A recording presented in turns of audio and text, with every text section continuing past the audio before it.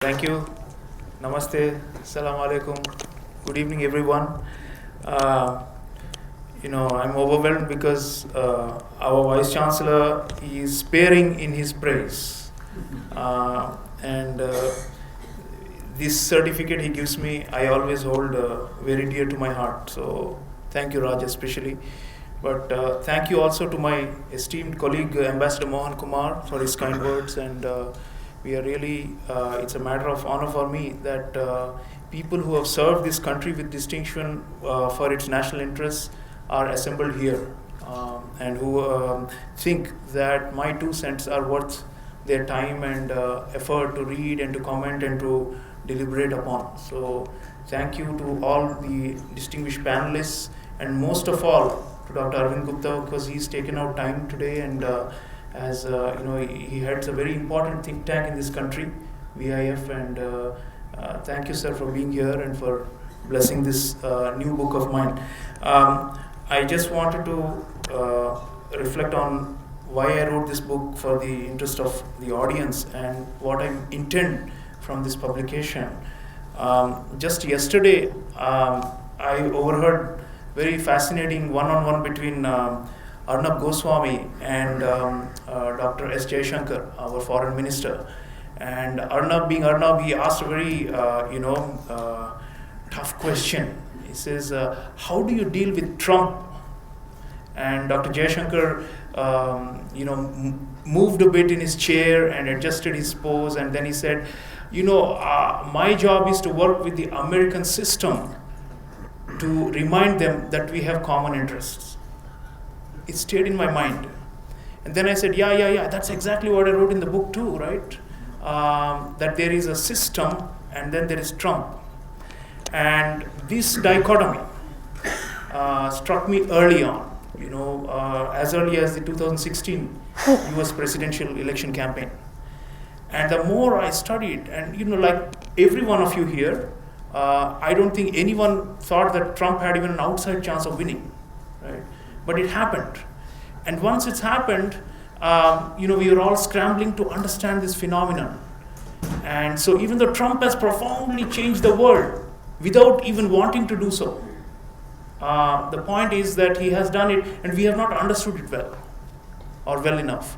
And perhaps, the personality and this, king-size ego and all the outrageous things he says, and his, reality television persona, that thing probably makes many people dismiss him or take him lightly. But the more I realized it, he has had systemic impact. And the more I realized this difference between the what we call the deep state, as many people call it in the Trump camp, the populists, and the steady state, and the populists, this tussle between the two, I have taken as the basis for this book. And the more I went into it, I realized that generally the international relations literature does not look so much into the what we call the black box of domestic politics. We tend to think that a state formulates its national interests and then engages with the rest of the world in a bargaining, give and take, for tactics and strategy to attain its interests. We don't actually unpack the black box and look inside the domestic politics to understand what is it, how is this national interest formulated in the first place. And those of you who are in the academic field, I don't want to bore you with jargon. The theory of liberalism basically asks you to look inside and to see how national interest is formulated in the first place or reformulated, which is what Trump is doing. The America that you had assumed since Franklin Roosevelt is no more. And the more I studied it, the more you had to get deeper into domestic and then connect it with the global. So that is my job, as a scholar, and that's what I've tried to do, join the dots between this profound domestic, even a violent shift or an insurgency, and how it refracted upon the way the US has dealt with the rest of the world.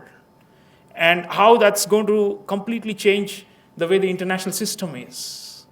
So that's my basic point, world order and how it's shifting, and how, and the other point with regard to the shift is I have taken on the critics of Trump So some of you may be curious, am I pro-Trump or anti-Trump?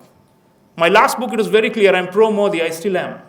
But this one has nothing to do with my judgment of him or his politics. Rather, I'm looking at the impact and the effects that he's having.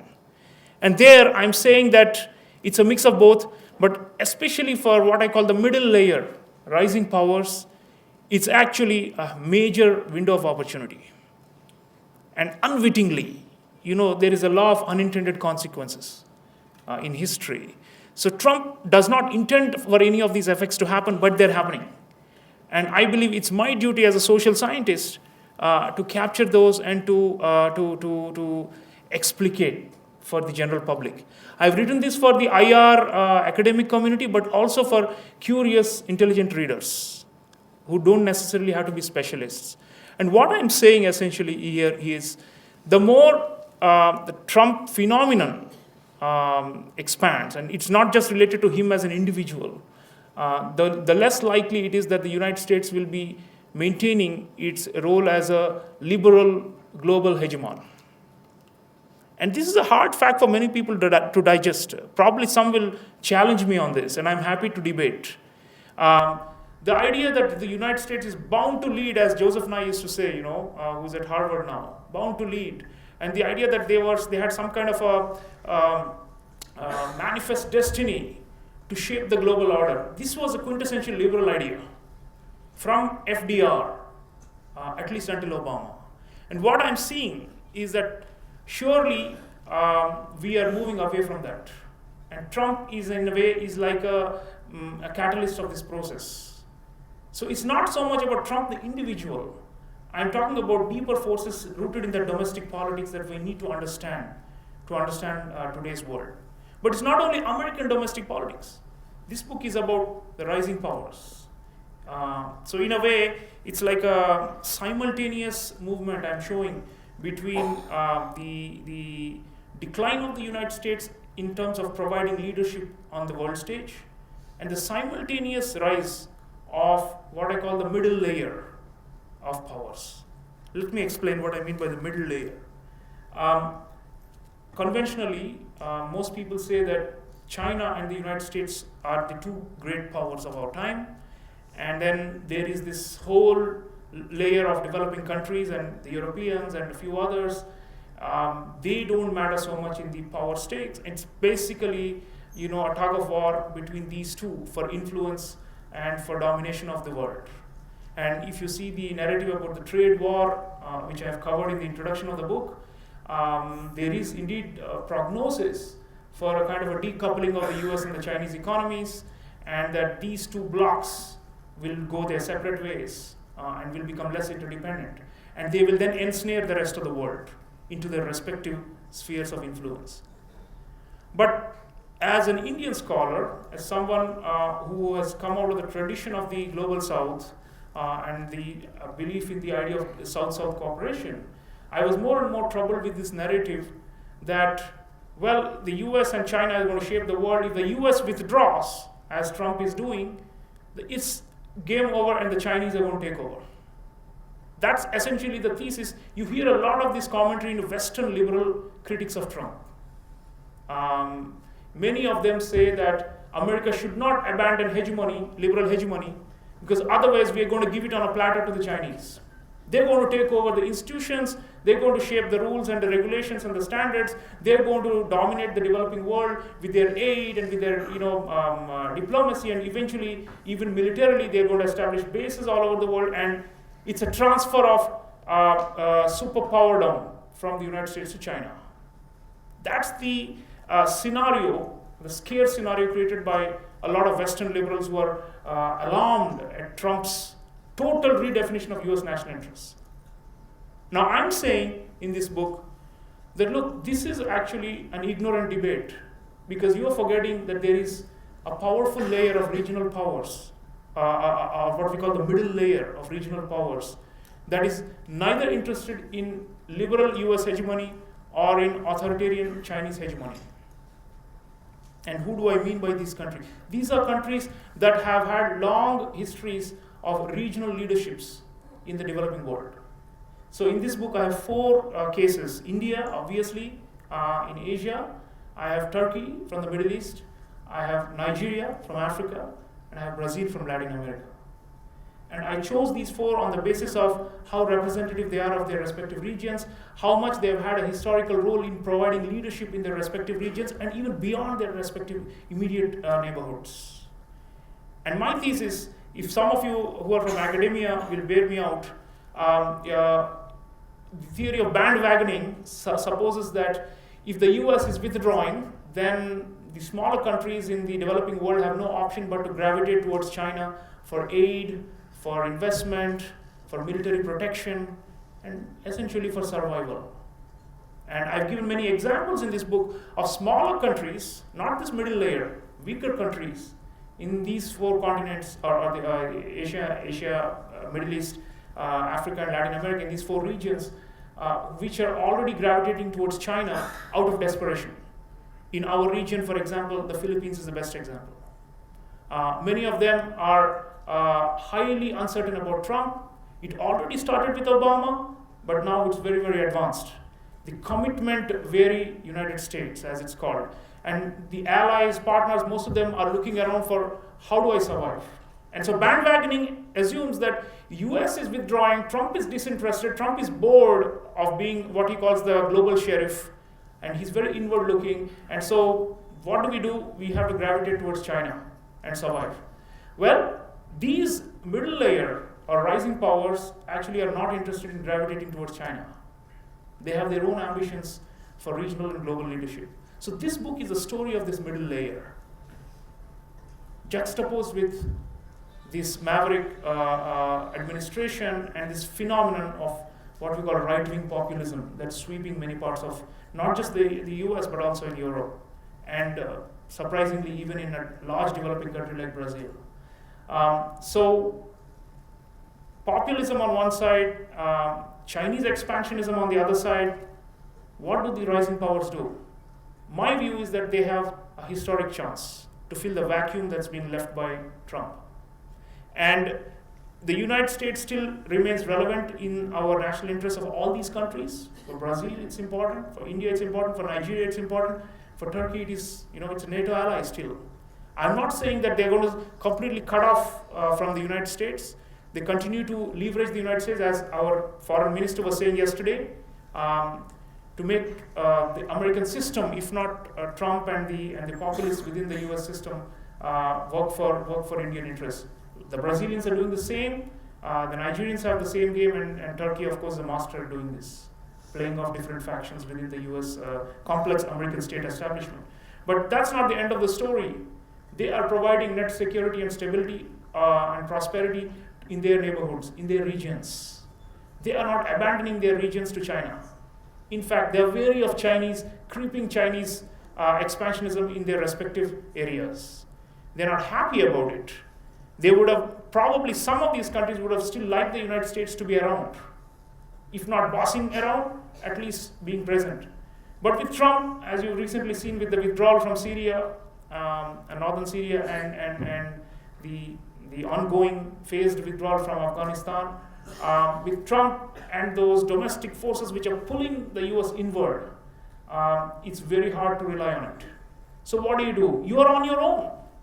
And you need to build your own plurilateral combinations and formations to lead your respective regions and to provide regional governance that can add up to a global order, a new global order, which is multipolar. That's my basic point. Most people would say it's a bipolar world today, and that essentially it's a kind of like a Cold War, but without the same kind of ideological edge between China and the US like you had between Soviet Union and the US. But my thesis is that we are moving very fast, rapidly towards multipolarity, even though the gap between China and these regional powers is still high in terms of military or economic might. In our respective regions, we are competitive with China, all these countries. But that's not enough to be competitive in terms of ability to project power and resources, to be able to counterbalance China. What we also need is political will. And that again takes me back to domestic politics of these countries. So I went back and I really, really studied, as a Vice Chancellor was saying, new areas. I did a lot of work on what's happening inside Brazil. Seismic shift. What's happening inside Nigeria. what's happening around Nigeria, in West Africa and across Africa, what's happening with Turkey and its troublesome neighborhood, and of course in India, luckily we have a much more stable order, and how are we adjusting to this new shift that's underway. So that was the premise, and the way I worked it is, if you read the book, the introduction is about Trump and the US domestic factors and the tremendous shift and the withdrawal from global leadership on one hand. And on the other hand, in many of these countries, many of them are also struggling with this political will to be able to step up to the challenge of of regional and global leadership. So they're not all ready yet. In my book, if you see, my own assessment is that Nigeria under Muhammadu Buhari and India under Narendra Modi are relatively better prepared to step up and fill the vacuum and to do our own thing in our respective regions. My assessment is Brazil under Jair Bolsonaro and Turkey under Tayyip Erdogan are not ready to actually play a regional leadership role that unifies the region behind them and that projects, and that solves the major crises in their respective regions. So I've studied, for example, the whole Venezuela situation and why Brazil is not able to intervene to solve it. The Sahel region in West Africa, why Nigeria is not able to step in and solve it, or should be able to, but is being stymied by France, even though the United States is withdrawing from many parts of Africa. Why India cannot resolve the Afghanistan imbroglio? Do we not have the mettle and the ability to do a form of a regional coalition of our own to be able to stabilize this war-torn country and the Indo-Pacific in a broader sense, find balance of power through our own endogenous means, without necessarily fully depending on the United States, even though the US, as I said, remains a factor for all these countries. And that's because of the other side of the US establishment. So what I'm trying to say, and likewise for Turkey, the question with Erdogan is, 17 years in power, he has lost it, I'm sorry to say. And my estimation is that he's unable to really win over either the Arabs or the Persians or the Jewish in the region, who are his neighbors. And he's antagonized all sides. And therefore, he's really struggling. Turkey has the capacity and the potential, but lacks the political vision for the future to offer the leadership that it could offer. So therefore, the talk that Russia will come in and Russia is going to dominate the Middle East now. Why can't Turkey do it? That's because it's divided, because the field is divided. So if the field is divided and the region is not willing to go along with you, how can you avoid an extra regional power from coming in and becoming dominant? That's the challenge for these powers. And I've laid this out in great detail, and I hope you'll read it. It's a global book. The Modi doctrine is very India-centric, but this one, I spread it out, and I'm still, as I said, very hopeful about Nigeria and India, especially, less so about Turkey and Brazil. But then political will can transform over time. A lot of domestic factors matter, coalitions, interest groups, and of course ideology and popular will. What is the role of the intelligentsia in these countries? Brazil, such a great intellectual tradition. Can they actually maintain that status of being leaders of the global south under this kind of regime? I have doubts. But nonetheless, it's a tussle. So in every country, not just in the US, I think the winds, the global winds are such that we have to look at much closer at domestic politics, much more than we in the IR fraternity did before. And therefore, from inward to outward, the kind of the two-way movement between these, that's what I'm showing in this book. And as far as policy recommendations go, I think these regional powers have it in them. They have the population sizes, huge countries. Each of them, India is, of course, we have 1.3 billion. Brazil is a big country. By Latin standards, a very large country in terms of population, landmass. Turkey is a big country by Middle Eastern standards. Nigeria is the largest, 200 million people. So what I'm trying to say is, the power. Yesterday, Dr. Jaishankar was saying, Arnab asked him, what is your projection of India by 2030? And Dr. Jaishankar says, I think about our immense talent of our people, our demographic dividend and our demographic advantage.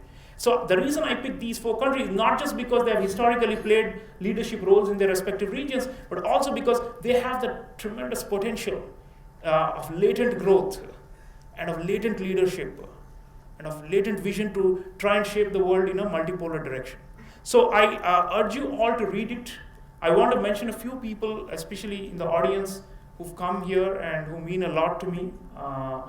Before I close, my wife, my 2 children are here, and I've acknowledged them profoundly. My mom and dad have come from Odisha. Thank you. They've made a huge. All of them are acknowledged formally, but they're present in the audience, and that's all I need. I want to thank also my respected mother-in-law and father-in-law who are here from Andhra, and they're here too. I want to thank my aunt who has come from Pune. Thank you so much. You mean a lot. I want to thank all the distinguished members in the audience who've cared for what I've said and written in the past. And I hope that end of the day, I believe I'm a provocateur.